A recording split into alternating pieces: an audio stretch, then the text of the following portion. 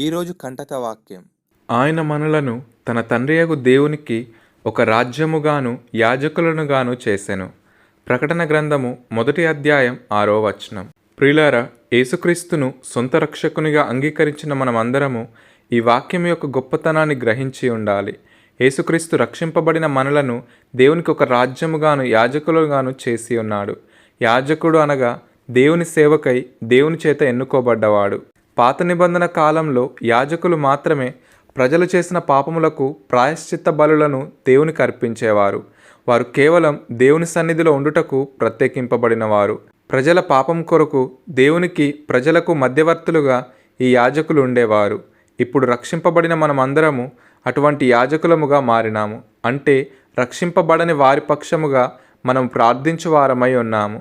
ప్రార్థించడమే కాదు గాని వారి పక్షముగా మనకు కలిగిన సమస్తమును బలిగా అర్పించువారమై ఉన్నాము. ఎందుకనగా మన ప్రధాన యాజకుడైన క్రీస్తు మన కొరకు తన ప్రాణాన్ని పణంగా పెట్టి ఉన్నాడు. మనం ఈ లోకంలో మనకిచ్చిన పనిని సంపూర్తి చేసి మనం కూడా పరలోకంలో యుగయుగాలుండుటకు వెళ్ళవలసి ఉన్నది. ఇందును గురించి దేవుని వాక్యం ఈ విధముగా సెలవిస్తుంది. దేవుని ప్రజలకు విశ్రాంతి నిలిచి ఉన్నది. ఎందుకనగా దేవుడు తన కార్యములను ముగించి విశ్రమించిన ప్రకారము ఆయన యొక్క విశ్రాంతిలో ప్రవేశించిన వాడు కూడా తన కార్యములను ముగించి విశ్రమించును. కాబట్టి అవిధేయత వలన వారు పడిపోయినట్లుగా మనలో ఎవడునూ పడిపోకుండా ఆ విశ్రాంతిలో ప్రవేశించుటకు జాగ్రత్త పడుదాము. ఎందుకనగా దేవుని వాక్యం సజీవమై బలము గలదై రెండంచులు గల ఎటువంటి ఖడ్గము కంటెను వాడిగా ఉండి ప్రాణాత్మలను కీళ్లను మూలుగను విభజించునంత మట్టుకు దూరుచు హృదయం యొక్క తలంపులను ఆలోచనలను శోధించుచున్నది. మరియు ఆయన దృష్టికి కనబడని సృష్టము ఏదీయూ లేదు. మనం ఎవరికి లెక్క ఒప్పచెప్పవలసి ఉన్నదో ఆ దేవుని కన్నులకు సమస్తమును మరుగులేక తేటగా ఉన్నది. ఆకాశ మండలము గుండా వెళ్ళిన దేవుని కుమారుడైన యేసు అను గొప్ప ప్రధాన యాజకుడు మనకు ఉన్నాడు. కనుక మనం ఒప్పుకొనిన దానిని గట్టిగా చేపట్టుదాము.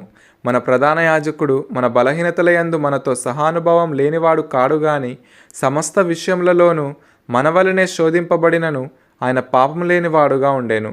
కనుక మనము కనికరింపబడి సమయోచితమైన సహాయము కొరకు కృప పొందినట్లు ధైర్యముతో కృపాసనమునొద్దకు చేరుదము అని. ప్రియులారా, ఈ లోకంలో మనకు అప్పగింపబడిన పనిని నమ్మకముగా చేయువారమై ఉన్నాము.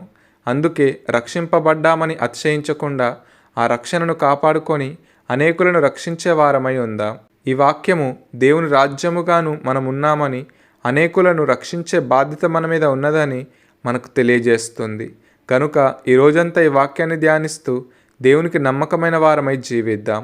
అట్టి అనుభవంలోనికి దేవుడు మనలను నడిపించునుగాక. ఆమేన్.